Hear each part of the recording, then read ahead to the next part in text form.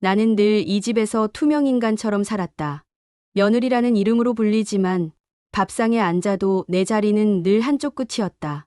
시누이 미정은 날 향해 밥값도 못하는 주제에라는 눈빛을 흘렸고 남편 준호는 늘 아버지 눈치만 살폈다.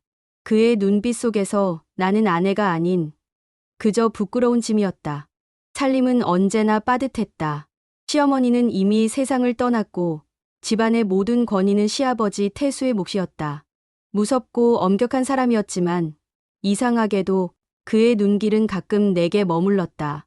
그 시선은 꾸짖음과는 달랐다. 마치 무언가를 지켜보는 듯했다. 몇 해 전 시아버지는 내 손에 낡은 반지를 쥐어주었다. 금은 달아 반짝이지 않았고 한쪽은 휘어져 있었다. 장신구라고 하기에는 볼품없었지만 그 순간만큼은 이상하게도 내 가슴이 뛰었다. 이건 내 거다. 잘 간직해라. 짧은 말 한마디였지만 그 소리는 마치 내 안에서 메아리 쳤다. 이 집에 들어온 후 처음으로 받은 인정 같았다. 나는 그 반지를 작은 상자에 넣어 장롱 깊숙이 숨겼다. 마치 내 존재를 증명해주는 유일한 증표처럼. 그러나 삶은 반지 하나로 변하지 않았다. 냉장고는 늘 텅 비었고 전기세 독촉장은 현관 앞에 쌓였다. 시장에서 미정과 마주치면 그녀는 일부러 크게 말하곤 했다. 이런 며느리 데려와서 우리 집 꼴이 말이 아니지. 그때마다 내 얼굴은 화끈거렸지만 반박할 힘조차 없었다. 준호는 그럴 때마다 고개를 숙이고 나중에 작은 목소리로만 속삭였다. 그냥 넘어가, 정은아. 아버지 기분 상하게 하면 안 돼.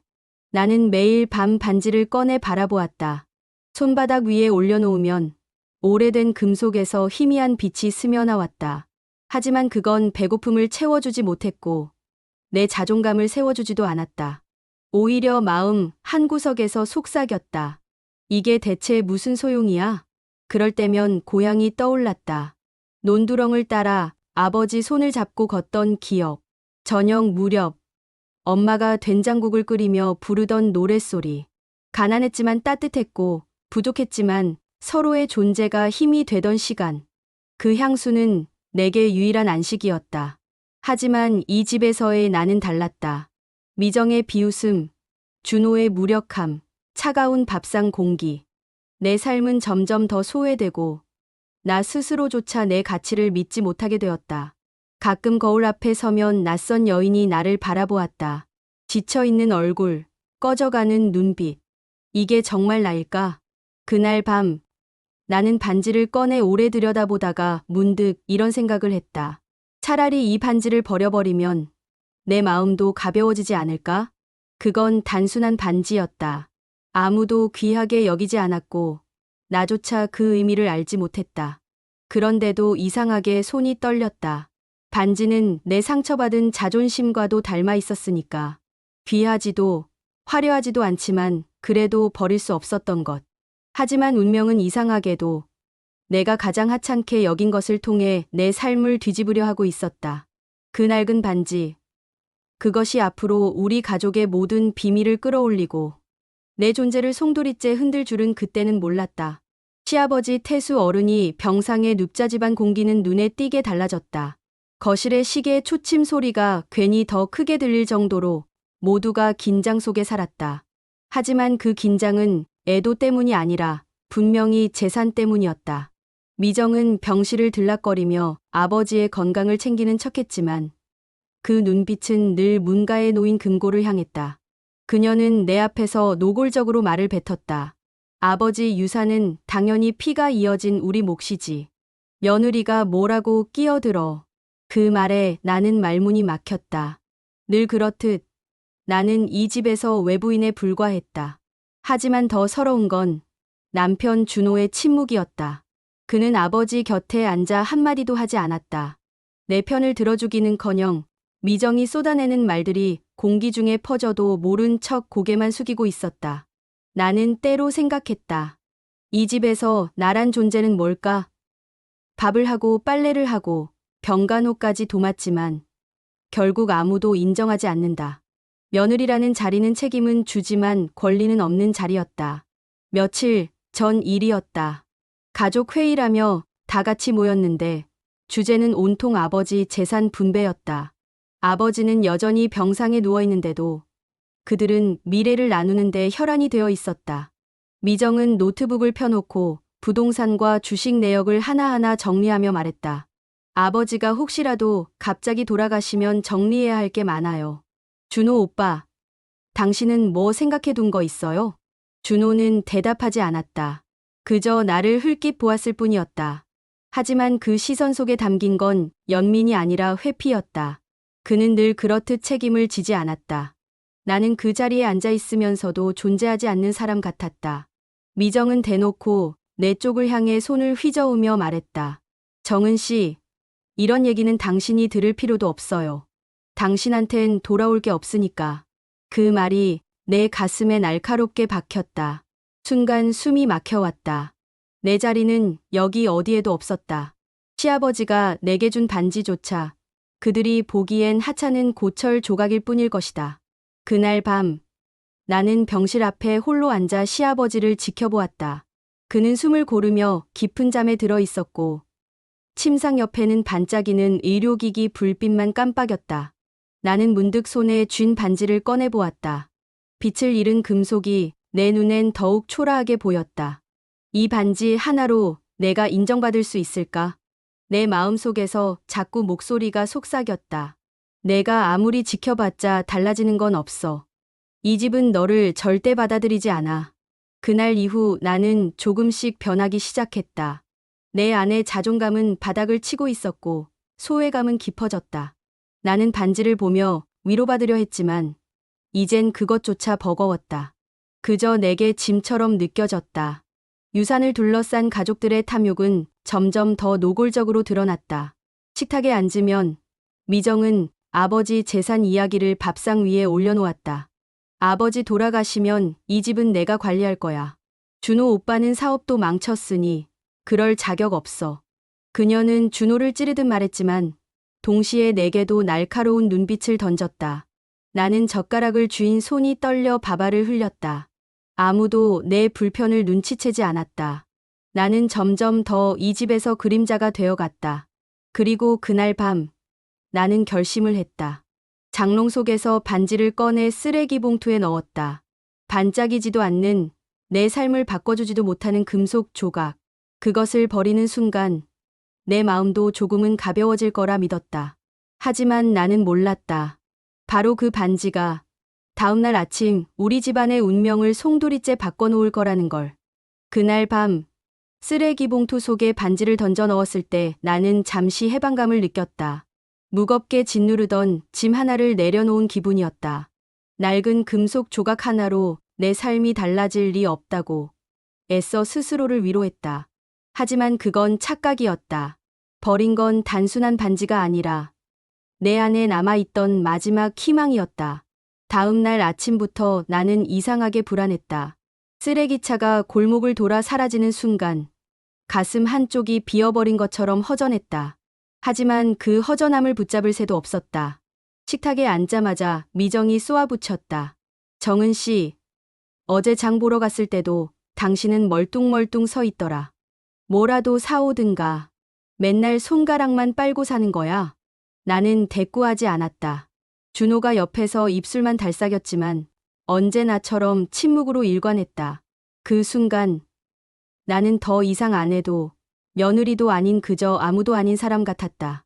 며칠 후 시아버지가 위중하다는 소식이 전해졌다.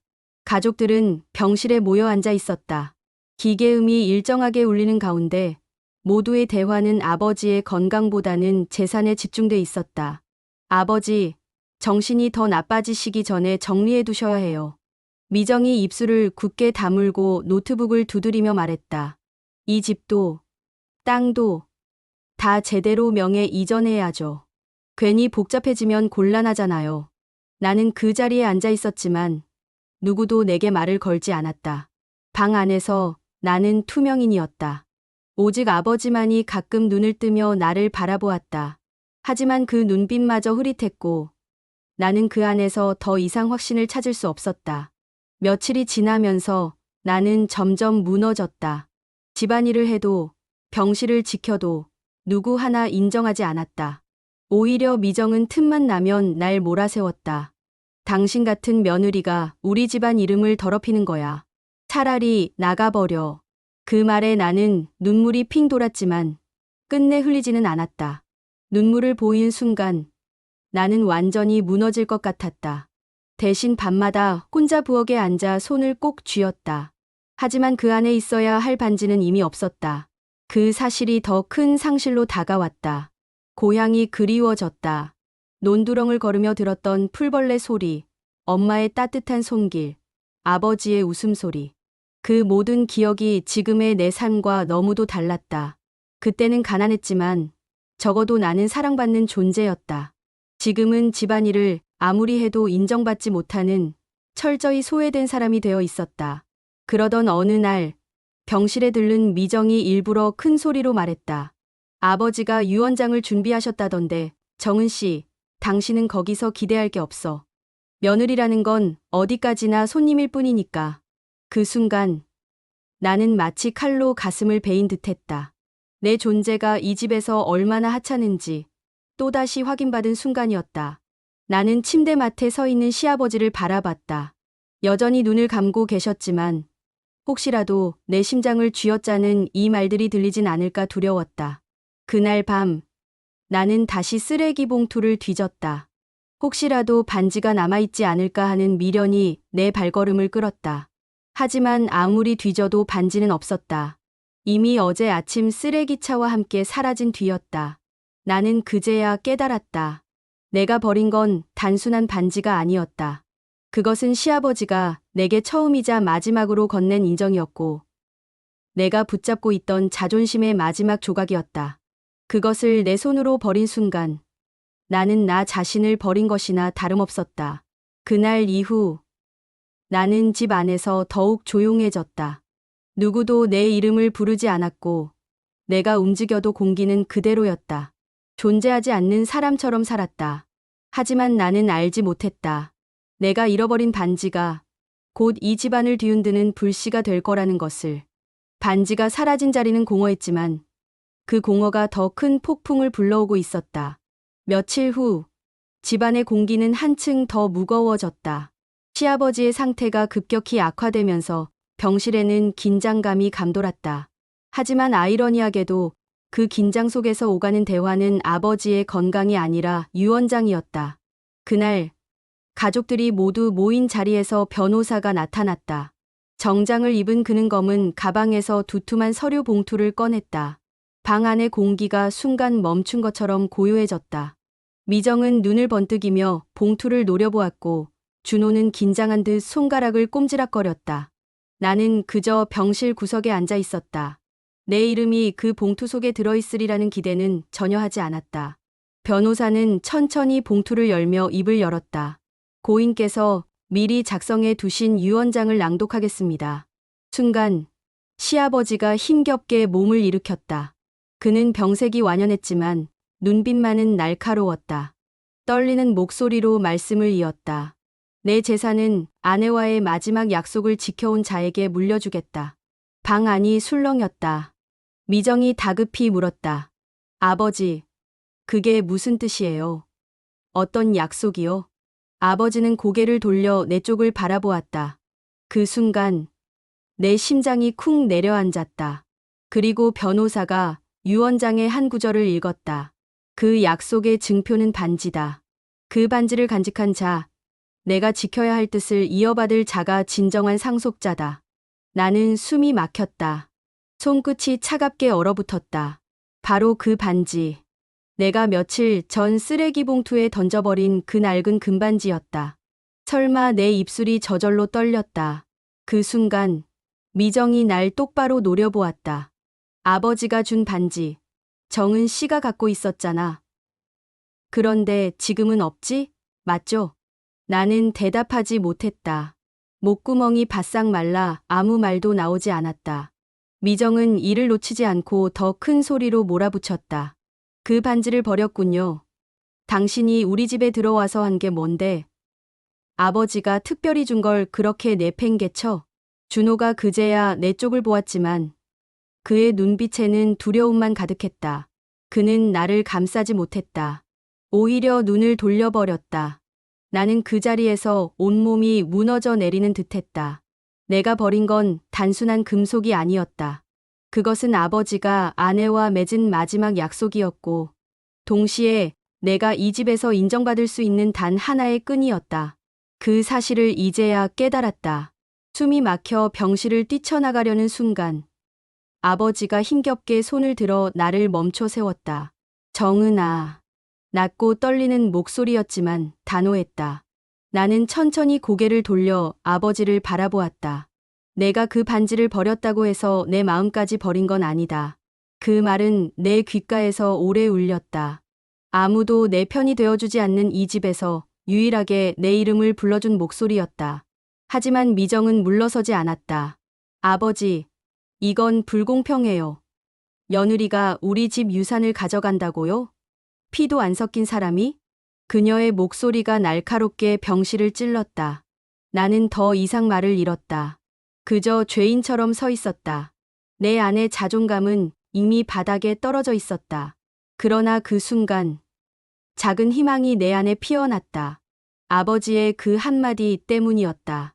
내 마음까지 버린 건 아니다. 나는 깨달았다. 반지는 사라졌지만 아버지의 뜻은 여전히 남아있다는 것을. 그리고 언젠가 그 진실이 드러날 날이 있을 거라는 것을. 그날 이후 나는 집안에서 죄인 취급을 받았다. 시아버지의 유언장이 낭독되던 순간부터 미정은 기회만 있으면 내 상처를 후벼 팠다. 역시 쓸모없는 며느리인 줄 알았어. 아버지가 준 걸 그렇게 내던져. 그게 우리 집안을 이어갈 증표였는데 당신이 뭘 알겠어. 그녀의 말은 날마다 더 날카로워졌다. 나는 밥상을 차리며 젓가락을 내려놓는 순간에도, 설거지를 하다 고무장갑을 벗는 순간에도 그 목소리가 귓가에 맴돌았다. 남편 준호에게 기대고 싶었지만 그는 여전히 침묵 속에 있었다. 침대맡에 앉아 아버지의 숨소리만 바라보던 그는 내 눈길을 피해버렸다. 내가 당신은 내 편이 되어줄 수 없니? 라고 물었을 때조차 그는 대답하지 않았다. 그저 눈을 감고 고개를 떨군 채였다. 그때 나는 깨달았다. 이 집에서 나를 지켜줄 사람은 아무도 없다는 걸. 나는 점점 말을 잃었다. 누군가 내게 질문해도 짧게 대답하거나 고개만 끄덕였다.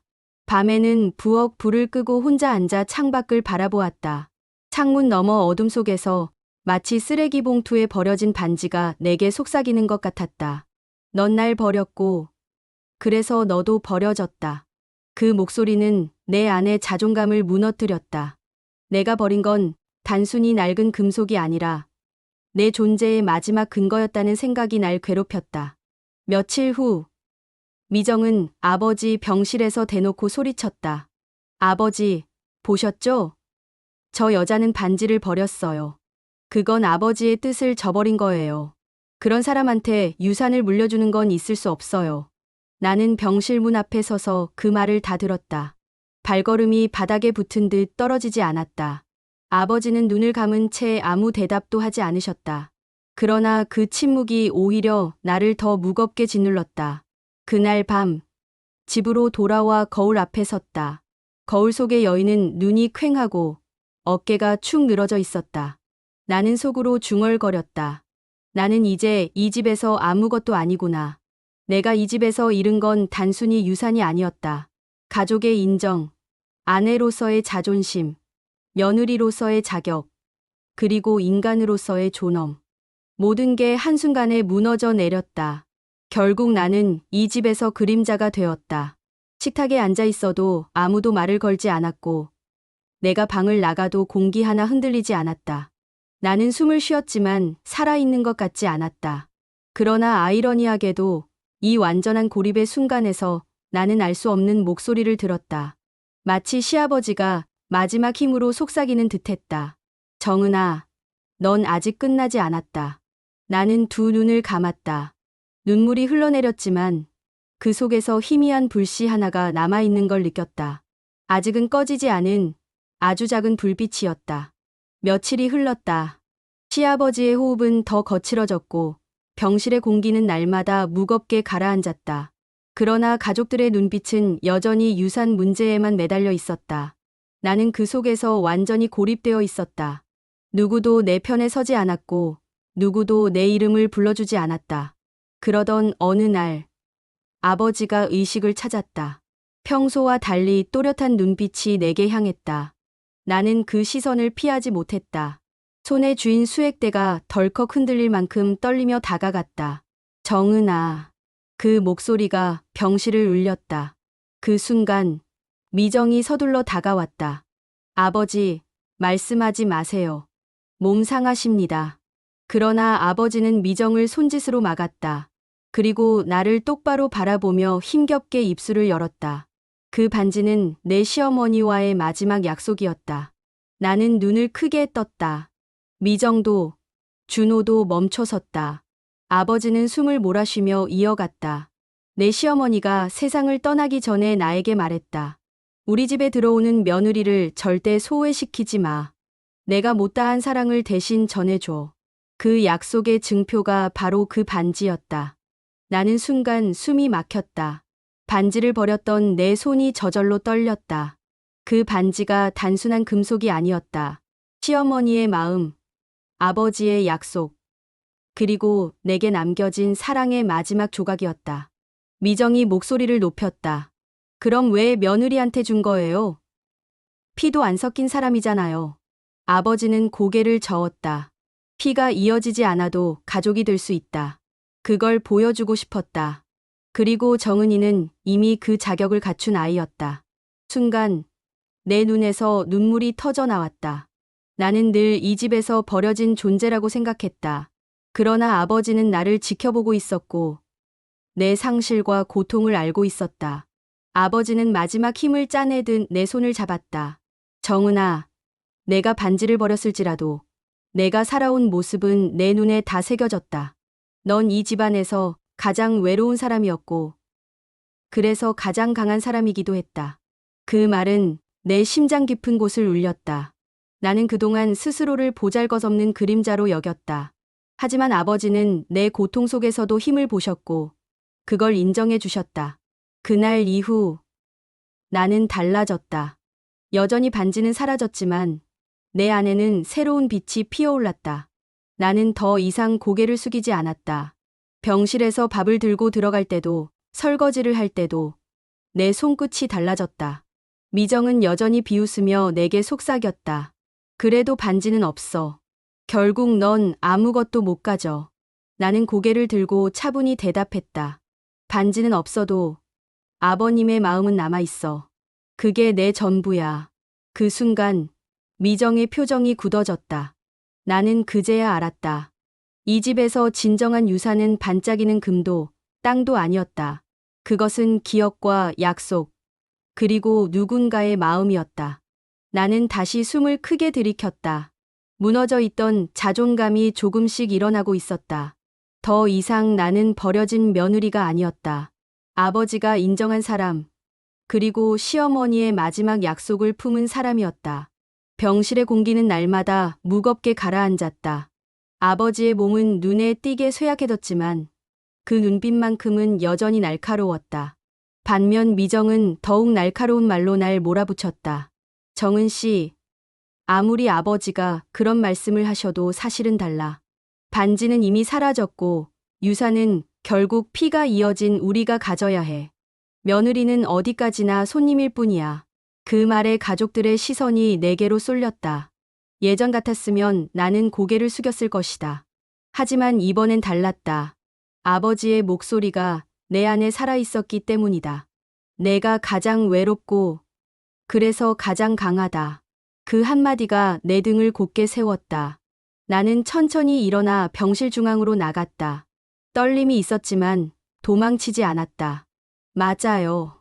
반지는 제 손에서 이미 떠났습니다. 하지만 그 반지가 상징하는 건 여전히 제 안에 있습니다. 순간 미정이 비웃음을 터뜨렸다. 웃기지 마. 상징으로 재산을 물려받을 수 있다고 생각해. 법은 그렇게 움직이지 않아. 나는 차분히 그녀를 바라봤다. 나는 재산 때문에 말하는 게 아니에요.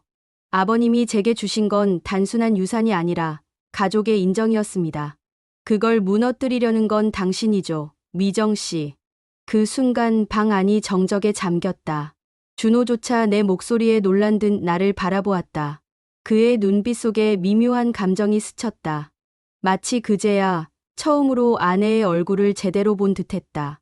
아버지는 힘겹게 숨을 몰아쉬며 고개를 끄덕였다. 맞다, 내 아내가 원했던 건 돈이 아니라 마음이었다. 그걸 이어받을 사람은 정은이뿐이다. 그 말씀에 미정은 얼굴이 새빨개졌다. 아버지, 정신이 흐려지신 거예요. 며느리한테 속으신 거라고요. 그러자 나는 한 걸음 앞으로 나섰다. 속인 적 없습니다. 오히려 제가 그동안 얼마나 버려졌는지 모두 알고 계셨을 겁니다. 하지만 이제는 다르죠. 저는 제 존재를 더 이상 버리지 않을 겁니다. 내 목소리는 떨리지 않았다. 오히려 병실의 공기를 가르며 단단하게 퍼져나갔다. 준호가 그제야 입을 열었다. 정은아, 미안해. 난 내 옆에 있으면서도 항상 외면했어. 하지만 지금은 알겠다. 내가 우리 집에서 가장 큰 짐을 짊어지고 있었다는 걸. 그 말은 내게 늦게 찾아온 위로였다. 그러나 나는 더 이상 그의 사과에 기대지 않았다. 이미 내 안에서 답을 찾았기 때문이다. 나는 마지막으로 아버지를 바라보며 고개를 숙였다. 아버님, 이제 알겠습니다. 반지를 잃은 게 아니라 제 안의 가치를 잃었던 거였습니다. 하지만 다시 일어섰습니다. 이제는 제가 그 뜻을 이어가겠습니다. 아버지는 미소 비슷한 표정을 지었다. 깊은 주름 사이로 번지는 미묘한 빛. 그것이 나를 지탱해 주었다. 그날 나는 결심했다. 더 이상 이 집안에서 그림자가 되지 않겠다고. 며느리로서가 아니라 한 인간으로서 내 목소리를 내겠다고. 그것이 아버지가 남긴 유산의 진짜 의미였다. 아버지는 그날 이후 오래 버티지 못하셨다. 병실 창문 너머로 봄비가 내리던 아침, 마지막 숨을 고르며 우리 곁을 떠나셨다. 장례식장은 검은 옷차림의 사람들로 가득했지만 내 눈에는 오직 영정 사진 속 아버지만이 또렷했다. 무뚝뚝하지만 단단했던 그 표정이 마지막까지 내 마음을 붙잡고 있었다. 나는 분향소 앞에 앉아 긴 시간을 보냈다. 다른 이들이 절을 하고 나가도 나는 쉽게 자리를 뜰 수 없었다. 아버지가 내 손에 쥐어주었던 반지, 그리고 그 반지에 담긴 약속이 자꾸 떠올랐다. 이미 내 손에서는 떠난 물건이었지만 이상하게도 그 순간만큼은 손끝에 반지의 무게가 다시 느껴졌다. 아버님, 이제야 알겠습니다. 속삭이듯 내뱉은 말에 목이 메었다. 나는 늘 이 집에서 소외된 존재라 여겼고 인정받지 못한 며느리라 생각했다. 하지만 아버지는 끝까지 내 안의 진심을 보셨다. 반지를 버린 잘못보다 그동안 버티고 견뎌낸 나의 삶을 기억해 두셨다. 장례식이 끝난 후 미정은 여전히 날 차갑게 바라보았다. 그녀의 눈빛에는 불만과 질투가 가득했지만 이상하게도 예전처럼 두렵지 않았다. 나는 이미 내 안에서 답을 찾았으니까. 준호는 내 옆에 서서 조심스레 내 손을 잡았다. 늦은 후회가 담긴 손길이었지만 나는 그 손을 뿌리치지 않았다. 그 또한 아버지가 남긴 유산의 일부라 여겨졌기 때문이다. 며칠 뒤 나는 아버지의 방에 홀로 들어갔다. 오래된 가구와 종이 냄새가 뒤섞여 있었다. 책상 서랍을 열자 작은 메모지 한 장이 눈에 들어왔다. 삐뚤빼뚤한 글씨로 이렇게 적혀 있었다. 정은아, 사람의 가치는 가진 것이 아니라 지켜낸 것에 있다. 나는 메모지를 손에 쥔 채 한참을 울었다. 아버지의 목소리가 귓가에 울리는 듯했다. 그날 저녁 나는 고향집을 찾았다. 논두렁 길을 걸으며 어린 시절을 떠올렸다. 아버지 손을 잡고 걸으며 들었던 풀벌레 소리, 엄마의 된장국 냄새, 작은 집에 가득했던 웃음소리. 그 모든 기억이 나를 따뜻하게 감싸 안았다. 그리고 깨달았다. 내가 지금까지 그리워하던 건 단순한 가난한 시절이 아니라 인정받고 사랑받았던 순간들이라는 걸. 이제 나는 더 이상 이 집에서 그림자가 아니다. 반지는 사라졌지만 아버지가 남긴 말과 시어머니의 약속은 내 안에서 여전히 빛난다. 나는 며느리로서가 아니라 한 인간으로서 나 자신을 지켜낼 것이다. 영정 앞에 마지막으로 인사하며 나는 속삭였다. 아버님, 이제 걱정 마세요. 저는 버려지지 않았습니다. 그리고 앞으로도 제 자신을 버리지 않을 겁니다. 장례식장을 나서는 길. 하늘은 유난히 맑았다. 빛을 잃은 반지 대신 내 안의 마음이 반짝이고 있었다. 나는 이제야 알겠다. 진짜 유산은 물건이 아니라 기억과 마음에 새겨진 것이다.